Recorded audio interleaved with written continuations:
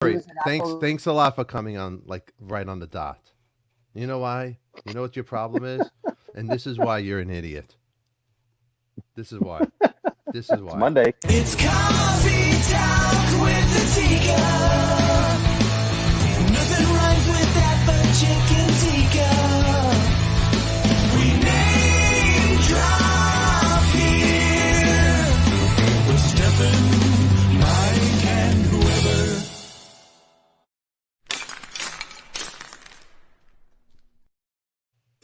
All about you, Corey. All about you. I want to thank Marco Hartman for doing that logo. That's look at that logo. That Coffee Talk logo. That's my Makes you man want to Mark. drink coffee. It looks good. It looks good. You can Hmm. follow Marco on Instagram at Marco. It's 71 Marco. Let me make sure I got that right. Marco 71 Marco. Follow him on Instagram. He does a lot of great art. A lot of he does a lot of good Kiss stuff, and he's doing those arts like when they're young, Hmm. and from little to today. So you'll see those pictures, you know, like Very Stefan when he cool. had hair, and then when he had no hair. But then Corey, it's like you think the Coffee Talk people really want to wait for you all day? You come in on 8 o'clock. I'm trying to organize the show that we have Les from Beatlemania. He's going to come on who played George Harrison. He had some great stories. We just had too many people talking over each other. And then I wanted to Corey, explain to you what I want to do on the show, and it's like you come on 8 o'clock. Are you like taking lessons from like some mhm. other guy that's not here no more? Don't do Yeah, that, man. Because post a note on your head. we have no time for this. This is a price tag. It's $1,000. This is a pop culture icon. I want to sell this earthquake helmet. Hey, go on your own. Go on your YouTube channel. Doing all. I have mine. I made my own name If for that's too much myself. money, these are I, underwear that we slightly I used. I was made my embarrassed. own name. I don't like what he took over me. See, here's the thing, Oive. I make the name Adika, Right. right? So Adika, He's it's still his talking. way or the highway. Just Right. remember Yeah. that because Corey Leventon, Whose show is it? What does it say? I gotta tell you something, Corey. I'm Adika. You're not. All right. The poor guy's like, he's just, there you go. Swallow the cup. Just He pay still Abby holds it wrong. Franklin. Why is he holding it I wrong? know. Just pay Abby Franklin. The guy got merch. You know how much money it would cost to have a guy to design a great Corzilla logo like he has? Oh, he's And holding I it bet right. I bet he hasn't even given the artist any money for that. Nothing. Nothing. Freeload of Leviton. Hi, Leviton. I wore these when I was talking to Eric Singer. Yeah, Oh, yeah. Eric Singer doesn't like you, so that doesn't make a difference.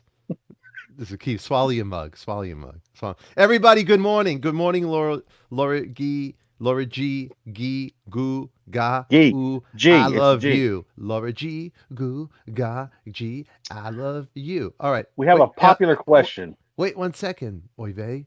Yeah. Don't get your ego get out of No, control. It's no, first I'm about the excited. people. I know, but hold on. I want to say good morning to Ann Santos. We got Danielle is here. We got the Colonel is here. Fedrock is here. Hello, Fedrock. Hello, hello. Bill K is here. Hey, T- Bill. Really quick, we got Cat's Cat is here, and we got Stefan Stalker, of course, is here. Mm. Daddy Gloria. Gloria, is Gloria here? We got Chris Roman. Chris, What a treat. we had a late night with Chris. It was an 8 hour show. I'm still hung over from that show. We had a great time. And Eric Singer even hung out the host show with us, and we talked about everything. Chris, it was a pleasure. Everybody, it's going to be an early show today because I have a lot of stuff. I got to go to the store. I got to mail out all the stuff for you guys. Get tracking numbers to make sure you do get it. Um, Make sure nothing gets lost in the mail because if it does, I can't replace it. The other thing is, I want to thank you all for your great support, supporting the channel, supporting the guys. Even though I bust chops, I love them. The show is about all the chemistry with all of us. So hit them up on their Patreon and give them a little love. Really quick, we had so much going on with Beatlemania. There was too many stories, too many guys talking over each other. I'm going to bring Les, who played George Harrison, back because he had some great stories about his studio work um, with Derek Taylor, who ran Apple Corp. Really quick, I'm going to have Corey actually do the interview with him to help out over there because Corey loves that stuff. And I figured, you know Hmm. what? Let's make Corey feel good. Hey, Corey Leventon. Okay, Hey, how you doing? Let's be serious for a second. All right, hold on, Corey. Mike, what was your Yeah. story? You wanted to say something important. Important Oh news. no, what a story! I was just going to say the comments. People want to know how in the world did we? For those that don't know, we did a marathon edition of Talking Wax Saturday that lasted 8 hours and 38 minutes. Unreal. And thank Unreal. you all that were there. Unreal. Unreal. And I'm doing all this. I'm trying to do my move, send out the stuff, and I got to go to the vet. My dog Blue, his paw, something's matter with it, so I got to take him at 9:30 to the vet. So I got to get out of here. Everything's happening. It's bad timing. It's bad timing. And he's older, but it's bad timing. But anyway, Corey Leventon, I saw a great video for Father's Day. Everybody, all the dads out there, I hope you had a great weekend. How was your weekend? Corey Leventon, you did a great video. Your wife and Skylar did a great video singing to you. But were they making fun of you? I couldn't understand. they were everybody. There's nobody in my life who doesn't make fun of me. Nobody, even my mom. Now it's Really? starting to make So fun of it's me. not only me. It's not only me. Wonk, wonk, wonk. You're very easy. So you got merch. You got a Patreon. Your Patreon account looks good. You got some good merch. Thank you. Yeah, we worked it out together. Yeah. What do you got going on there? Can you tell anybody about it? Mine. To give a tour of it, you want me to just talk about it? Or? Yeah, talk about it quick. Tell what are the Well, things let's you do have. it when we have pictures of what. Okay. Good idea. Yeah. Good idea. Because you want Abby to hustle and do you right. You're busting her chops, aren't you? You yell at her. You're mean to her. Don't be mean to Abby. Don't be mean. No, I'm not mean. And you know what, Ashley, you kind of bullied Ashley. You're kind of being like ADIKA to Corey. So now you got your Corey, right? Would you consider him your Corey? Like you're ADIKA? Do you feel like, hey, No, I only did that one time. I love Ashley. I just wanted to show him what it was like to be live on a radio show and try and be funny while somebody is tearing you to shreds in the comments. It's not the easiest job in the world, and he failed miserably. He did fail. He's got to be quick. I don't even be honest with you. Funny. You got it's almost like when I was a kid, it was called ranking, and you'd rank each other out, and obviously. I'm a YouTube sensation, so I'm good at it. But no, he did fail, and you won, and I love him, and I was wishing I was rooting for him. And Me too. I was wishing he could really kick your butt on this. But He just kept. I was giving him the most brilliant cut downs, and he was just responding with, He was making it worse. Okay. I got to be honest with you, Corey. I was waiting for him to really get you because I so bad want to get you from my show. So whoever can get Corey, it helps me really get Corey because you guys you encourage me. But for some reason, Ashley, I got to be serious, Ashley. You disappointed me. I so bad. It was like Conor McGregor, like I love Conor. And when he got knocked out, I'm like, oh my goodness. Oh no, Ashley, you bruised, you're beaten. Oh, what happened to the humor? Your English. What I was happened? like Mike Tyson. Oh, Mike, you did a KO, baby. Corey, the best one was the Greg Allman comment. That just you look like an open casket memorial to Greg Allman. Oh my god! My wife even said, "Poor Ashley, he just couldn't do it. He couldn't do it. Oh, he couldn't do it." Jesus called. He wants his look back. Yeah, he said that too. Jesus called. He wants it. That's a good one. Yeah, it's a good one. You were good. Poor Ashley. You have a lot in common with Eric Clapton, except for the talent and the baggage of fame or something like that. Oh my god! Oh, there's Denise. Denise just survived. She survived Saturday, 8 hours of us. Nonsense. I love Denise. We had great Chris Roman. I mean, these are. You know what? It's a lot of fun to bring Daddy Box says hello to the ladies. It's so much fun to actually bring people on Thursdays. And this week and next week I'm gonna try to take the show on the road while I do my move. So bear with me. It's rough. It's gonna be rough. I am moving. I'm trying to fit everybody in my life, but I want to do Thursdays and try to do it this week if I can. But I want to do a normal thing. Bring 3 different guests on the live at 5 for Thursday. This week, I don't know if I could do live at 5. Forgive me, everybody. But I think it's like, you put a face to a name and all that, a name to a face, whichever way you want to put it. But we get to see the people and we get to meet them. Like Chris Roman, everybody thought Chris was a guy. And what a treat. Chris is awesome. Chris has great stories. Chris should have her own show. And Denise, what a sweetheart, and it's good to know everybody out there. So, hey, as much it's crazy out there, we are making a true family, and I want to give a big shout to Ken for doing the Coffee Talk family page. I Put some funny stuff on there. There's great stuff on there, and I Ken, it's great. You're doing such a great job. There he is. There's our buddy Ken. So everybody, he has a great show that has the worst sound, but follow it. It's voice it. The show you can't hear. I like the girls on the show. Especially when they have Ashley on the phone. They're so not interested in Ashley. Oh, with Oy Vey. Oy Vey. When Oy Vey and when Oy Vey is taking over the show and he's really bringing the excitement, you're in trouble. It's like Rebecca got so bored of Ashley she had to leave in the middle and go watch Roxy. Oh my God. She was like full. It looked like the girls, their eyes were rolling back in the head, and I could see there's like a little kid in the back of the seat of the car you're driving, and they're drooling. The head's hitting the window. You know, we're going on a trip. It's a trip to boredom. But I like Ken. Ken can never get mad at nobody. He's meditate Ken. He's like the Maharishi. He's very zen. I like how Ken sits in the camera. He's like, but then Ken at one time, this is when Ken gets angry. Could we just go on with the the question? Like he moves at one time. He goes on. He got and when you're about to upset Ken, there's a problem because the guy never gets upset. But that's what makes this show so great, because it's really real. And I like Rebecca when her little sister, somebody needs to, I gotta go now. My sister, they're yelling like they're fighting over there. It's it's like Ken and his homeschool children. I love it. It's great. She calls her sister John Lennon or something. Joe Lennon. John Lennon. Right. I'm gonna call my wife Yoko. Yeah. It's true. I do. Ooh. My wife. I heard her yesterday. Ooh. Oh my goodness. Why does she not mind that? Is she like a fan of Yoko or something? No, she hears half of it. My wife wants to be like a Sharon Osbourne, like a leader. She's real, like So it's like, hey, no other woman's going to take ADIKA now. So it's like, I just go with it. I'm like, all right, you're right. I'm wrong. It's like, come on. That's it. Right. Yes, dear. Yes, dear. Yes, dear. Yeah. The wife is a happy wife, happy life. I just agree. Mm-hmm. I realized it's easy to agree. Just, yeah. The deck of cards I was dealt with, I'm lucky to have her. And plus, she deals with me. I mean, what other woman is going to have a guy like me who doesn't have a job, who just makes a show, sits on his laptop for 1 hour, and talks to a bunch of people that he'd never met? But I'm making friends. You never know.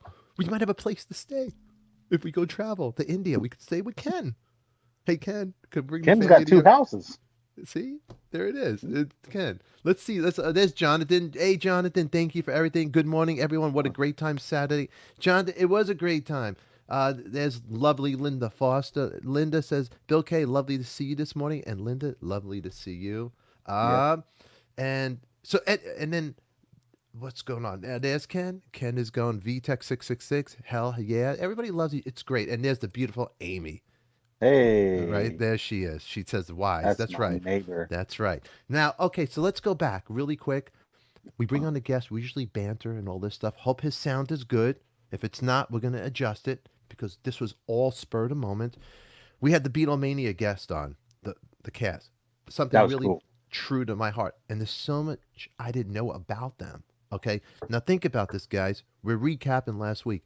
When Beatlemania came out in 1977, the Beatles, Lennon was living in New York, right? They were only in their 30s. Here's a band coming out, as a tribute band to a band that just had broken up, right, Corey? Well, yeah, they'd broken up 8 years earlier, but John and Paul were hanging out. 1976 was the last time that they hung out, so it was a year before. But they were watching Saturday Night Live together at John's apartment. They were friendly again. They were they really good friends? I never really knew the real truth about that. Well, they were like brothers. They loved each other and they hated each other. It's as simple as that. Like you and me. What, honey? Okay. What, honey? Water for who? Water. Come here. You want to hang out with Daddy while we do the show, because we're gonna do a couple of things. The blue. Oh, you need the blue button for water? Okay, I'm gonna help you in 1 second, Corey. Do you want me to cover his the ground where he saw Paul and John arguing again, or you know what? I want to go deep into all the if whatever Les is going to talk about. I want to. Yeah. I mean, come on. He was at. Correct me if I'm wrong, because I got so frazzled him talking about it, and I listened, and then I just spaced out. I mean, think about it. I mean, Les has such a story. He should be writing a book. yeah? It's. I mean, I went with Jordan the Lion. We went by the whole rooftop, and we Right. were. Oh, it's a clothing store for kids It's a now. clothing store, right? What store is that? It's Look at Jordan's. Colonel's comment. Jordan's in the show right now. What's the Colonel say? Hold on. The Colonel, He's Stefan right. Oive, you need to make shirts with Saturday's Talking Wax Show that say, I. You know what? Oh my God, Colonel. That's a You great are. idea. Dude, I was almost going to delete. I thought it was too long to leave on YouTube. Should I take it off or should I leave it? No, 'Cause leave it on there. it was like nonsense. I thought it was the worst show ever. I go, oh my God. It's because it's showing. Because we're doing this auction and Eric was doing something cool to help me for my move. And I was fumbling, and everybody, I got to go to the store to help. If I messed anybody up, I will fix it. Don't yell at me. I'm just one guy. It's almost Yeah. like Kiss's shirt. I was there. That You right know, there. I'm gonna do that. That's a good one. That's great. That's a great one, Colonel. You're funny, Colonel. But I appreciate the support from everybody out there. You guys rock and roll. And okay, let's go deep into this guy right here, Les. I mean, Beatlemania, great show. You know, Corey, did you see Beatlemania? Oh yeah, my parents took me in 1977 when it first came out, Yeah. and we even talked about Mitch in the car. Boy, that Paul was so good, and then I ended up becoming his friend 10 years later. It's wild. Yeah. It's wild. It's wild. I mean, look at that. Just look at that. Wanted Beatles. I wonder if John Lennon looked at that ad. He goes, maybe I should call the ad and mess with them, because that's what Oh, he something definitely did. That'd be But you funny. heard, Yeah. you heard the stories that that Mitch was telling, that Lennon was sending him messages about being trapped as a Beatle. Oh. How about Mitch blew it? He could have went and had tea with Lennon. Oh, Mitch man. totally blew it. I don't care what he says. That is his biggest regret in life. I don't care what he says. I mean, Corey, me and you as I have two to agree Beatles. with you. It's like Paul Stanley saying to Oive, let's go get a Starbucks together. Yeah. Like, Would you say, no, I'm just gonna, I'm thinking, Catch you and next and Mitch, yeah, I'm thinking about leaving Beatlemania. No, let's get a Starbucks together and bring it back to my house. yeah, exactly. Let's go. Oive would say no. No. Even when some of the hidden gems, when I was holding up at the auction, the Kiss auction, Oive was like drooling. I want something. Was geeking out. He was very Can't help sad. it. He was very sad. Look over here. Look at this great photograph of Les right here for the audition. Look at that. Even Very the cool. rock and roll was so great. The clothes, the hair. Look, you know what's good about Les there? I like that. That's 70s. That's like real 70s style. Yeah. That's Corey. You should do that. Bring the look back. I can't do it. I would do it. I would. Oh, do it. because I have hair? Yeah, my Yeah, wife you have doesn't, hair. doesn't, Doesn't yeah, like she it? doesn't like Okay, let's bring him into the studio really quick. Les, are you ready for us? Is your sound ready? No hiccups. 1, 2, 3. Jojo was a man. Where is he? Is he not? There he is. Les Fradkin, everybody. I got his name right this time. Les, how you doing, Good buddy? morning. Morning, Good buddy. morning. Great. Good morning. It's another sunny day. Oh no, it's you know what? It's another sunny day, and we're gonna make it. You know, good morning, good morning, good morning. The sun is up. Yeah. The sky is blue. Yeah, nothing to Mhm. do. It's up to you. I made All a right, record of that. Yeah, Corey, we want to go. Les, we want to go back now before Beatlemania. Take us to London. Corey, take over. Get him. Get him. First of all, Les, where are you calling us from? My house. In what part of the country? Shh. There we go. Oh, this interview's Somewhere going on the great planet Earth. so far. You want to tell us what state you're in? No, it doesn't matter, Can't do Corey. that. Corey, get It's in the Beatles, Corey. You can't tell that crap. Corey, come on, Corey. Don't blow it. Come on, let's go. Get it. Get the story. Get the story, Levinton. Get the story. All right. Well, All right. I want to find out all of the singles and all the people you played with that you didn't get to talk about last time. I think you talked about Mary Hopkin, and then was that what you were recording in the basement of Apple Studios? Mary's records were done at EMI, Abbey Road, with Mickey Mouse. Okay. The Apple stuff was trash, some Jackie Lomax demos. Jackie and I became good friends. In fact, I ran into him again when the show was in Los Angeles. He turned out to be living in North Hollywood. And when I went to his house, he had the Eric Clapton full SG guitar that had been given to him by George after the Is This What You Want album. So That's I got cool. to mess around with that guitar for a few minutes. Turned out later that Todd Rundgren ended up with it. So I think he bought it from Jackie, something like that. You're not on So, Sour yeah. Milk Sea, are you? No. Okay, who else did you play with that would surprise people? Oh, you got an hour? Oh yeah, and Les, tell me. You know what? I don't have an I- hour, but I'll let the show run. You go with it. That's it. We're Okay. all good with it. Well, the Left Bank was a particularly interesting experience. I met them when I was very, very young, and in 1972, I was already a record producer, and they didn't have a record deal. And I, being the New York hustler that I thought I was, said, I can get these guys a deal and give them a comeback. And so I got Steve and George and Mike and Tommy involved because I was working with a girl, Diane Ellis, that was writing with me. And the song was called I Can Make It Last Forever. I thought it would be a hit record. And we got together and we did some recordings. It didn't come out then, but I put it out in 2006 and they're all on it. Another couple of people I played with in the 80s, Mick Ronson and Hilly Michaels. We had a band together with Tom Mandel, and we did some music. Some of it's come out. Back then, just lots and lots of records. Some of them I can't explain. Did you do the Left Bank? Did Walk Away? Did you do Walk Away, Renee, with the Left Bank? That was before I knew them. Oh, okay. That was before I knew them. My job with them was to resuscitate their career. It did not happen, unfortunately. I'm also on their Strangers on a Train release from Comerica. I don't know which label put it out recently on CD, but I did some sessions with them then as well. Yeah, no, And they go on. came You to- were you were talking about the other things that you are on. Well, as Mitch said, I did Gary Glitter. There are a number of English records I played on that are pretty famous hits, but I can't reveal them because I signed non-disclosure agreements not to reveal them. The thing that was happening in those days, after the Monkees explained to the press that they were not on their records, there was an enormous amount of backlash in the music industry, which I was pretty in the thick of. Not the backlash itself, but I was privy to it.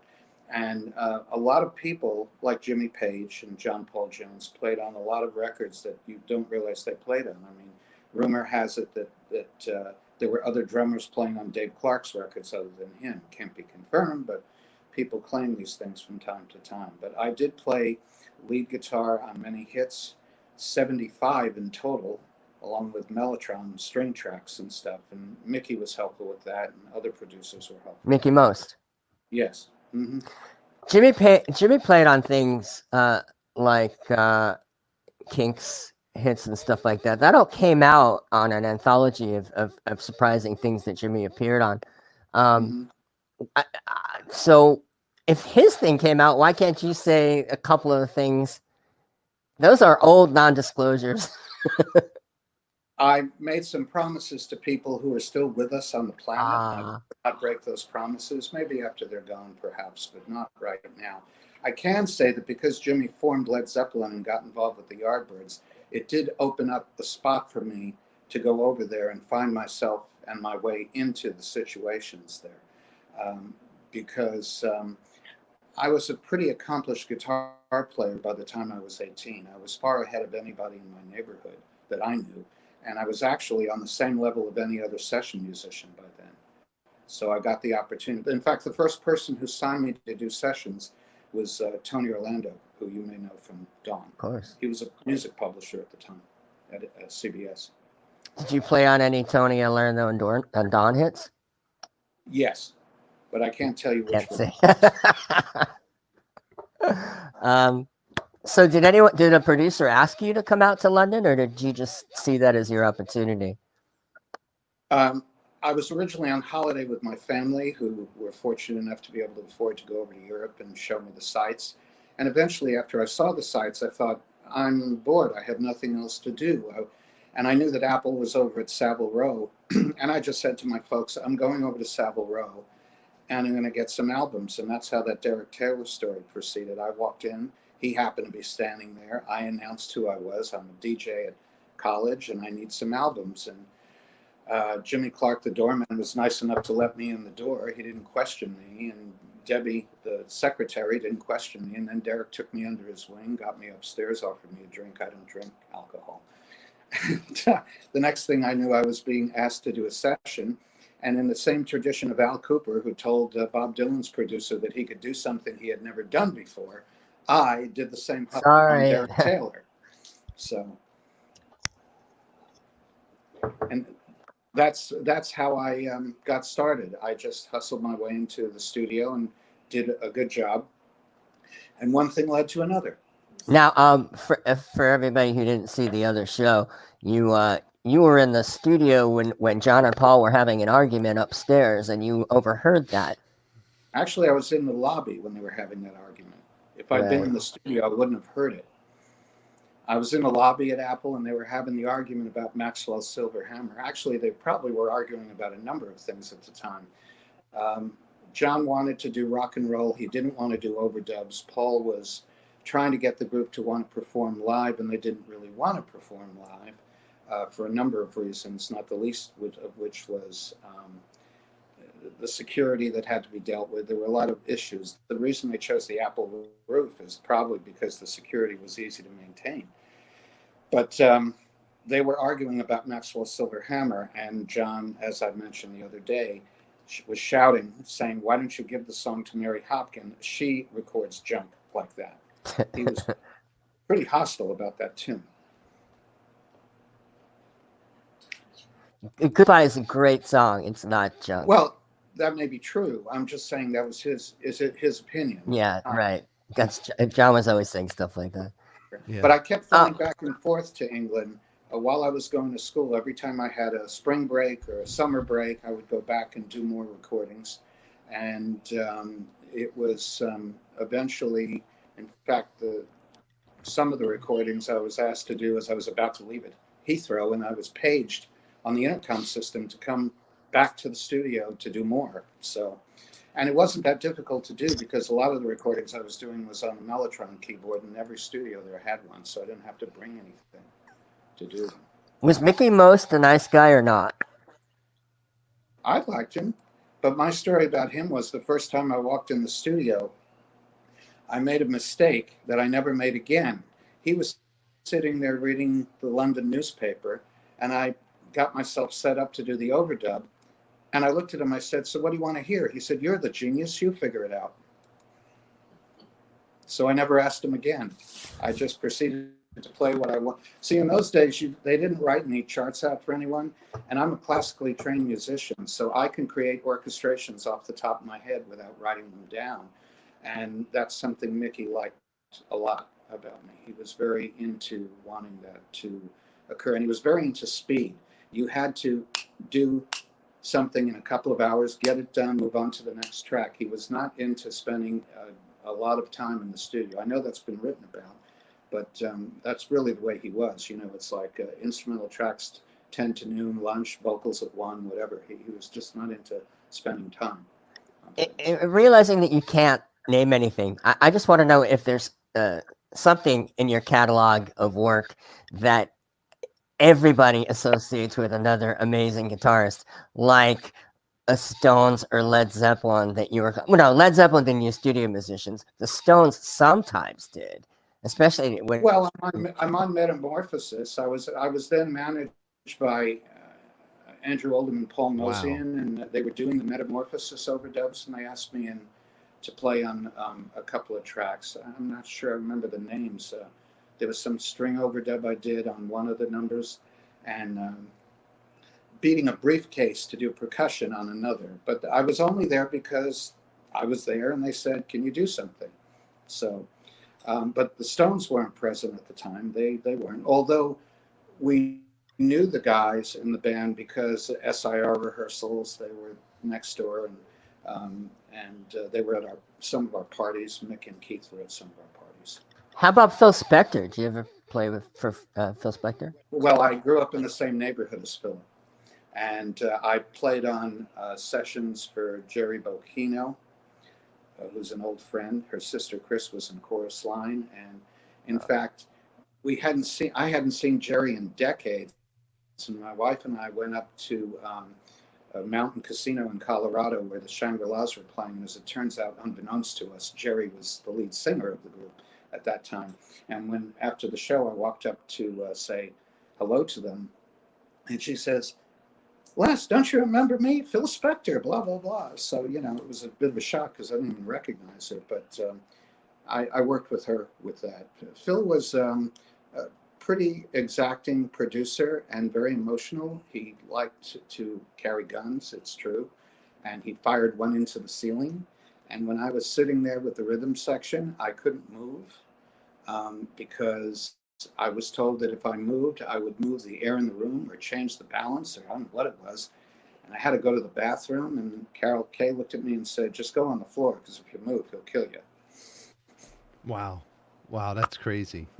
That's crazy. What a story. We I lost don't think Corey. he would have. I knew him a long time before that, but Hmm. but he was very insistent on repeating takes over and over. I think what he was trying to do was tire the musicians down so that they wouldn't offer any individuality in the record. I think that was the key for him, is that he wanted everybody to play like they were one block chord, and that made, I think, the difference in his sound. Wow.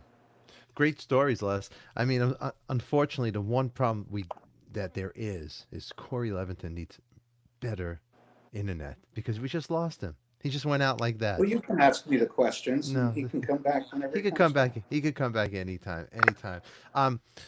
Really quick. So, you started with the studio. You're working with Phil Spector. What other ones can you tell us that you're not allowed to tell, but you maybe? Well, I like the dirt. That's what I want. I want to hear the you dirt. like to do. Yeah. Well, in the early days, when I got my deal, the first person who really discovered me after Tony Orlando was John Hammond, Sr., who discovered Bob Dylan. And I think the reason he wanted to sign me to CBS was because I was writing protest songs that fit the mood of the time. And Bob Dylan wasn't writing them at that time. And I think he was kind of on the hunt for somebody who could do that. And I guess he saw that in what I was doing. But he wanted me to stay in college. And so I did stay in college. And in my off time, I then signed with MGM and did records for them.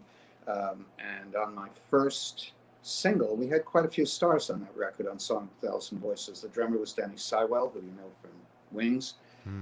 We had the Blood, Sweat, and Tears brass section. Russell George played bass. Russ Sudeikis played bass on the B-side. He played on Like a Rolling Stone. Randy Edelman played piano. I didn't know these people. Randy booked them for me. And then right after that record came out, I had a hit with that song in France. Mireille Mathieu sang it in French, and it was huge, probably as big as She Loves You. It was that big, millions sold. And then Roberto Jordan covered it in Spanish, and it made #1 there in '72 and again in 1985. And those two versions are still played to this day. And then I did the Yummy single, Patty Cake, which I said the other day was the first record I played every instrument on, which was right around the time of Emmett Rhodes doing that. And the reason I did that record is the engineer, Steve Katz, no relation to the Blood, Sweat, and Tears guy, who I also know, it was an opportunity to show I could produce. And so it was kind of an audition record. Here, you do this, here's $1,000 or whatever it was, go make this. And so because I had a very small budget, I couldn't hire other musicians. I had to do it myself. And we did it, and they loved it, and they released it. It was a regional hit. And that was the opening of that. I did God's recordings with the Guys and the Gods because I was introduced to them by Paul Thornton, one of the members, and I went over to ESP Disc. I'd already been producing at Laurie Records. I worked with the Royal Guardsmen, Barry Winslow, the guys who did Snoopy versus the Red Baron. And I did a number of singles for Laurie, a couple of dozen, actually. And this was all going on before Beatlemaina. So by the time I got to Beatlemania, I was already a very disciplined session musician who showed up on time. I was never late. I What did always you was make? prepared. What did they pay a session musician at the time? I don't remember. It was like $100 for 3 hours, double scale if you were doing more than one instrument, something like that. It's much more now. In fact, when I redid one of my songs, I recorded with the guys from the Wrecking Crew, which I had done before. I was just going to And I ask you had that. Yeah. Carol and I had Hal Blaine and Mitch Holder and Don Randy. Don Randy, yeah, and I know him had to very pay well. them, yeah, $300 a piece off the books because they didn't want to report it to the union. But we did.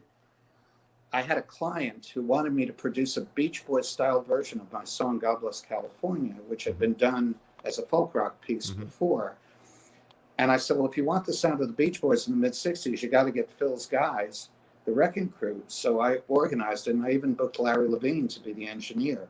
And I remember sitting in there during the session, which my client, I have a film of this somewhere in the session. I just don't know what I'll do with it. But if I ever find it, I'll look at it again. But they were sitting there, and I was asking Carol Kay, who's a magnificent bass player. I mean, absolutely the best there ever was. As far as Pet Sounds. She's incredible. Yeah, she did that and Good Vibrations and other things. And Sonny and Cher. And she was doing my song, and we had to do a bass line that was kind of like California Girls, bum ba bum ba bum ba bum. And I said to her, do this that way. And she said, but I've already played something like that for Phil. I said, yeah, but that's what I need. And so she obediently obeyed, although she insisted I keep her amplifier in a cupboard. She said, that's how I record. And when I wanted to get the drum sound, I looked at Larry Levine. I said, well, we got to mic up the drums. I'm like, here. I'm like, there's 7 mics. He goes, nope, 2 mics. I said, what? He said, well, that's how we did it then. If you want that sound, that's how it's done. 1 mic over the kit, 1 mic on the kick, and that's it. And that's what you hear on the record. Just that. Wow. It still sounds good, but Larry knew what he was doing, and I figured, okay, he knows. Let him do it. Hal Blaine, he's a character. You know, Don Randy has a place in North Hollywood called the Baked Potato, and we would do a jam there. So Don would come in the afternoon. We do our rehearsals before the evening, just to go what we're going to run over. So he goes, Stefan, you got to meet a friend of mine. And there goes Corey's internet. Corey, you're like the worst, man. Just get it together. This is why, Corey, the circus fired you. You believe it? So anyway, it's just unbelievable. So Don goes, you got to meet my friend. He's just like you. And I was going through a divorce at the time. And it was Clem Burke on drums. It was Wayne Kramer playing guitar on the MC5. And it was Teddy Zigzag and Gilby Clark. So we're going over some tunes. So this guy is talking to me, and he wouldn't get off the stage at a Baked Potato. If you've been there, it's really small. And he's standing right and talking to me. Oh, you're from New York, and don't ever get married, and blah, blah, blah, blah. It's going off. And he's telling me all these jokes. He's telling you not to get married. He was giving you personal recollection advice. Exactly. But he wouldn't get off. And I go, what a character Don's friend is. And I went to Clem Burke. So Clem, if you watch it, he could verify it. And I go to Clem. I go, Clem, I love Don and I love this guy, but the guy's out of his mind. I go, I can't jam because I was like trying to play. And he goes, you know who it is? I go, no, it's Hal Blaine. I go, oh, he could stay. I don't, at that point I was like, oh yeah, stay. But it was actually, that was my fast moment with him. When Hal was on my session, that sounds wonderful. When Hal was on my session, he made a lot of Catskills jokes, and I recognized maybe inside of 10 minutes that if you let him lead the date, that's the dynamic that occurred with them. And so I just let him lead the date. He would ask me what I wanted. I would tell him what I wanted. I said, no, go do it. And he would do that. We had several guitars on that date. We had Mitch Holder, who's a wonderful jazz player. Yeah. And I booked him because Philip had told me that the reason he liked him was he gave things a jazz flourish, kind of like a slightly off the beat vibe, And I had Eddie Bertrand on it as well, who had trouble on that date. He's deceased now, so we won't critique him too heavily. Mm-hmm. But he wasn't used to playing in that kind of disciplined situation. But we got it done. It was done. It's a good record. Yeah. It's out. What a time, man. What a time. Just even the Wrecking Crew, that host Glenn Campbell, just everybody, just what Leon Russell, just what a time it was, huh? Glenn Campbell could not sight read music. And somehow, in fact, when I booked him to be on a Frank Sinatra date, he told me he had to get somehow out of the date because he looked at the music and he couldn't read it. And he said, who do I see to get out of this movie? And Frank looked at him apparently and said, oh no, just play whatever you want to play. We booked you because you're who you are. And that happens when that started to happen uh, when it started to have parts written for me. That's when I said I got to get out of session work. Oh, I had been on a record by Andrea True, more and more and more. Mm-hmm. That was my buddies Greg Diamond and Jim Gregory. They did that record with, and I helped them on that. But when it started to become disco, I said, this is not really my taste. Mm-hmm. And it was very popular in the industry because it was basically artistless. They could do the records and anybody could be the artist. And that's the way. In fact, there was one president of a record label who actually looked at me one day at lunch and said, this business would be great if it weren't for artists. And I said, well, it's time to take a holiday from being that. So I saw that ad, the lookalike sound-alikes ad. I was in a session, and I was shown the ad. This looks like a good job you might like. And I went to the audition. And of course, as you know from Brendan's movie, Kenny Laguna this is actually a funny story. I went into the audition with my Rickenbacker 12-string, the one you see in the black and white picture, and a box amp that I had bought off Bob Waxman of the Poppies, whose record we had done, that was Sound Alike record. So I was fairly prepared to go do the audition, whatever they wanted. And I blasted off some 12-string licks, Ticket to Ride, and whatever else I played. And I sang You Like Me Too Much and Here Comes the Sun. But before I did it, I walked in and Laguna looked at me and he said, plug into that amp over there. And he pointed to some crappy old Fender amp. And I thought to myself, this is not going to work. And I looked at him and I said, do you want to hear this right or what? He said, okay, whatever you want to do. And he's scribbling on his notepad. And about a year later, after I'd long since had the gig, I looked at him and I said, what'd you put on that notepad? He said, sounds just like Harrison, obnoxious. Really? Obnoxious. Okay. That's crazy. So they had a bad experience. I just call it confidence. I knew what I wanted to do and I knew what I had to do and I got the gig. And it was my first attempt at trying out for a Broadway show and the last one. And I was the first person chosen. I as far as I know. Justin came in shortly thereafter. And when Mitch arrived, he was sitting on the couch, and I just looked at the guy who was holding the auditions, who was this fellow Patrick. He looked a lot like George Martin. And I think at the time he was slated to be the music director, but it didn't work out. But I looked at him and I said, whoever that guy is, put him on the stage, because I don't even care if he can or can't play. Look at that face. So that's kind of how I met Mitch for the first time. Yeah. And we clicked musically immediately. Yeah, he was a guitar player. Bass was relatively new. Oh, Mitch was a guitar player. Mitch was a guitar player? Good guitar player. Okay. Yes. I didn't know that. He was like a Les Paul 335 type guy. And he could play very well. Bass was a kind of a new or recent trip for him. So wow. I had to, explain various things that had to be done, but it was fun. I mean, we ended up, once we got the material down and became practiced in it, which was something like 6 days a week, 6 to 10 hours a day. It was unbelievable how many hours we had to practice. And we didn't have the advantage of too much video footage like they do now. Yeah. We had to do a lot of guesswork. We had to do a lot of listening with headphones and figure things out. I know that Andy Dorfman was cursed with that problem too for weeks. But a lot of it, I already knew some of the parts, again, Corey, because I had heard them in the Apple studio. I actually sat there and listened to tracks in my off time. So I knew what the correct parts were for Get Back and Don't Let Me Down and all of the Let It Be part and the Abbey Road parts, because they were on the recorder. So I had the advantage of hearing them separately. Wow. How cool Did they is that? allow you? They allowed you to play them? I was a session musician. It wasn't a matter of allowing anything. I said, do you mind? He said, no, I have to roll this tape through to you see, what he was doing is he was storing the tape. And in those days, you had to store the tape by running it at regular speed until it was backtailed, meaning the whole thing ran through to a pickup reel. And so I said, you mind if I sit here and listen? And he said, no, I'm not doing anything else. So I did. Wow. Just picture that, huh? Awesome. That is and as awesome. it was going around on the pickup reel, I said, can you solo this part? Can I hear this part?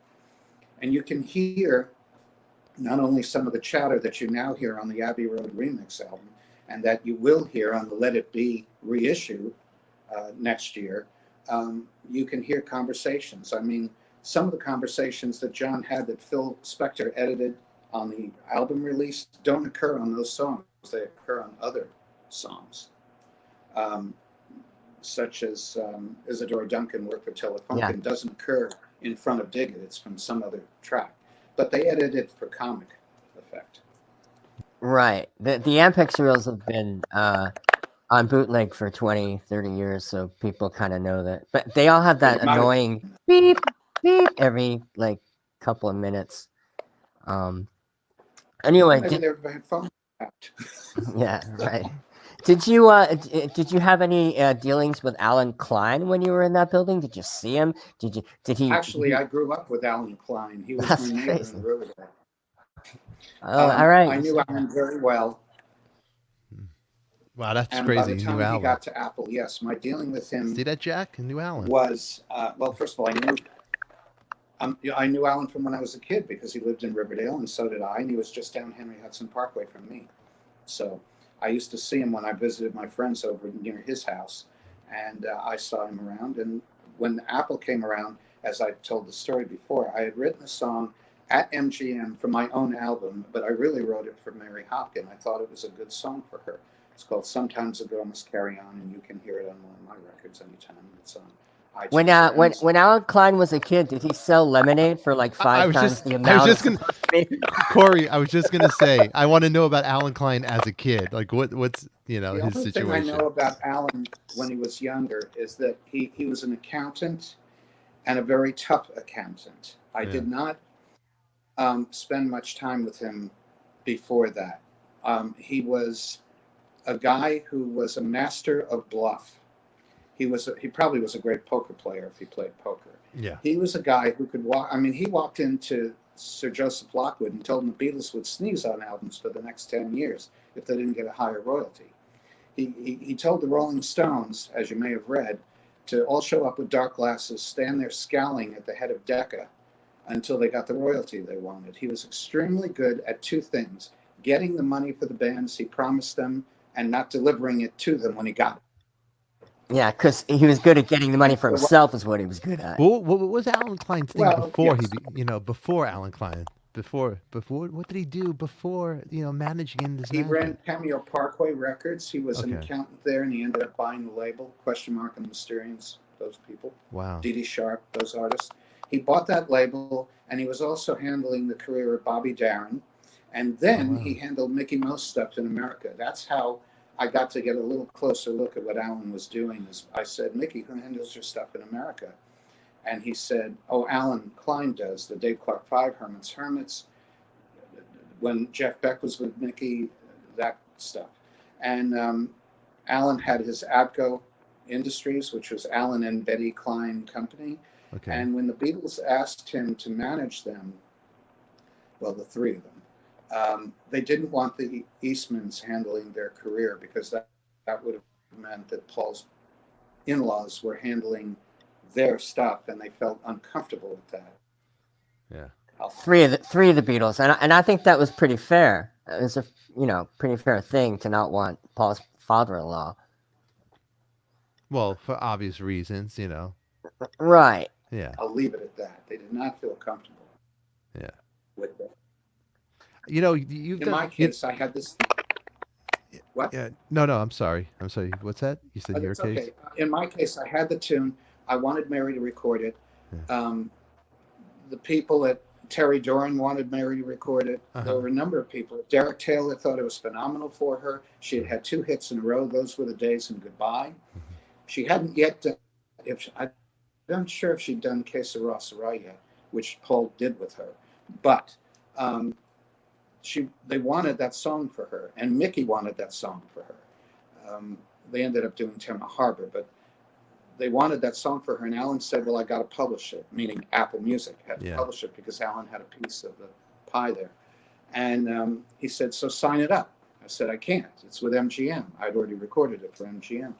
Well, I can't do it unless we have it. I said, well, I can't figure out a way to let it go. Oh, you let me call MGM. I said, now how do you figure you're going to get it away from them? Well, it turned out that Alan Klein was a majority stockholder of MGM Records. I said, okay, you go ahead and see what you can do. Yeah. That was a mistake on my part because then MGM started to think, oh, he's not playing on our team. So I moved on from MGM after that because I foolishly instructed Alan to intervene, and that was not a smart move. But you learn while you learn. Yeah, yeah. You know, Oy vey is busting my chops over here. You know, and I know you've done so much work. It's like crazy. All this stuff you've done. But Oy vey wants to know, before Ace Frehley got the gig in Kiss, did you audition for Kiss? Is that what you want to know, Oy vey? Huh? Is that what you busting my chops there for? You want? No Kiss No, stories. sorry, Okay, Oy vey. all right. Did you go back after Beatlemania? Did you go back to session work? Yes, I'll get to that in a second. The only Kiss story was, the rehearsal stories that the guys told you about them coming in. And see what happened with Kiss and Carly Simon and those people. It was kind of like a challenge thing. It was Stump the Band. And we knew a lot of the songs, or most of the songs. And they were quite anxious to see if they could stump us. So that was my only Kiss experience. I didn't know the guys before that, like Justin did. And I didn't do anything with them later, like Mitch did, except for the Ace thing at his house. Yeah. But after Beatlemania was done, yes, I had to go back to my contract with Laurie Records, which I had been given a sabbatical from. And therein lies the story. I had been recording with Laurie as a producer since 1973. And I had done a couple of singles with them, one of which charted. Two of which charted. See You in September was one of them, and three of which, Do Up Music, and then Gene Zone, the one the guys were on in Beatlemania. And I had to get out of that deal temporarily, and I owed them product, and they didn't want to let me out of the deal. And I got on the phone with Morris Levy, a specialist in clinician services, and I said, Morris, who had been instrumental in helping me get my publishing rights when I was very, very young, I asked Morris in the beginning, where's the money in this business? Because I came from a business family. My father was permanent press, Robert Hall. And so I understood the value of money and how to get it. And so I walked up to Morris. He wanted me to produce for Roulette. I didn't want to produce for him because I knew his reputation. And I just said, Morris, where's the money in this business? He said, it's a penny's business, Fradkin. Publishing. That's where the money is. I said, you're going to help me get it? He said, what are you going to do for me? I said, well, not that. You're going to do me a favor. I said, not that kind of favor. He said, one day you'll make a record for me. I said, I don't think so, Morris. He said, yeah, one day you will. And there hangs another story in a bit. Well, Les, you know that Morris forced John Lennon to make a record. If he can force John Lennon to make a record, he can force you to. Well, he tricked me into it. I made a record for a guy who was managing me, who I did not know owed Morris a favor, and it was for a label Morris owned, Kama Sutra. So Morris ended up getting the favor returned. I made the record with Rob Hagel for Kama Sutra. It was a guitar instrumental of In-A-Gadda-Da-Vida. We had a great time doing that record. That was in the mid-'80s. But I had to get out of my deal temporarily with Laurie. And I went to Morris and I said, you got to help me get out of this deal. And he said, okay. He calls him up. He goes, Schwartz, let him out of the deal so he can do this show. The Schwartz said, what do you mean let him out of the deal? Let him out of the deal. They'll make him famous. You'll benefit. And why was that important to Morris? Because he would benefit. He owned a piece of them. He owned 90 labels. So, you of course know the Morris Levy John Lennon story. Oh, yes. I know it also because John was whining to me about it on several occasions. All right. Well, tell us about the times that you talked to John Lennon. We love that. Well, the most famous story, which echoes some of Mitch's experience. The most famous story, which echoes some of Mitch's experience. Well, of course, I made friends with him at Apple because I did something that pissed off Paul McCartney, and therefore that made John Lennon a happy guy, which was the string overdubs I did. So in any case, I became... The string overdubs on Long and Winding Road? No, the string overdubs on the Golden Slumbers Trash record, which was supposed to be a demo, and it ended up being a master. And Paul was very upset about it and said, I told you to do a demo, not to put strings on. This is a story told in the Longest Cocktail Party book by Richard DeLello. And John said, that's a good imitation of us. It's going out. And from then on, he looks over at me. He says, keep up the good work. I like your style. So later on Broadway, I'm on my way walking back home because I lived on the Upper East Side at the time. And before it became impossible to walk back home because of the fan enthusiasm, shall I put it, I ran into John and Yoko in front of Serendipities, which is an ice cream parlor. And their favorite drink there was mine, frozen hot chocolate. And he looks at me and he goes, so how's the show going? And I said, it's great. We're sold out for 6 months. And he looks at me and says, what are you going to do when the bubble bursts? I said, I don't know, John. I'm starting to be typecast as George. He said, I know. Once you've been a Beatle, it's hard to get out. So he gave the same speech to me he gave to Mitch. Yeah. Probably was a speech he gave to everybody he ran into. Well, that's what I tell Corey all the time. Once you've been in a ADIKA show, it's hard to get out. I ended up doing something that Mitch did not do. The glasses I'm wearing, that you see, that are part of my image, were once his.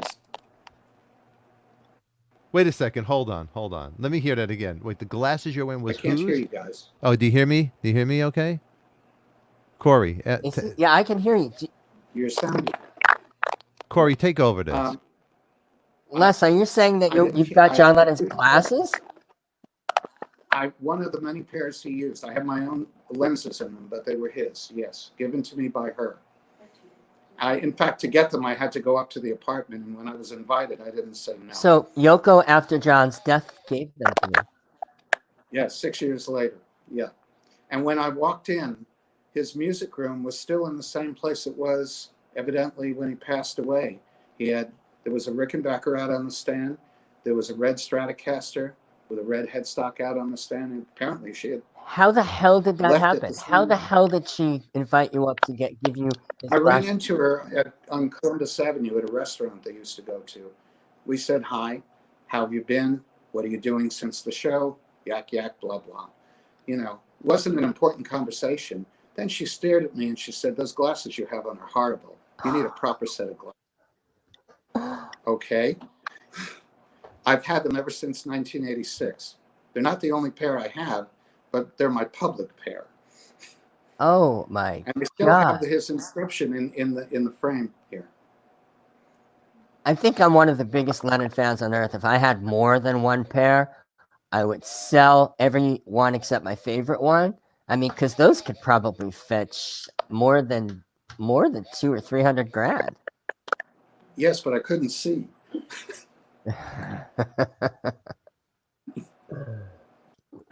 Oh my God, mind blown. All right. What? Okay, so there was a story that you said you couldn't tell. I know you're not going to be able to tell it on this episode either. But well, wait, Corey. Here's Why where we're you going. asking? Corey. Here's where we're gonna go, because it's almost 9, and we got to get out of here. But I think we have to bring Les back for a part 2 on this another time. You know, because it's Sure. too much. There's too much to go with this guy. we have to break him down. That he's got one story he says is phenomenal that he can't tell. All right, What the I hell? think we're gonna have to, maybe massage him a little bit, make him feel good. The Beatlemania, which one? The Beatlemania lawsuit story? Yeah, we're gonna.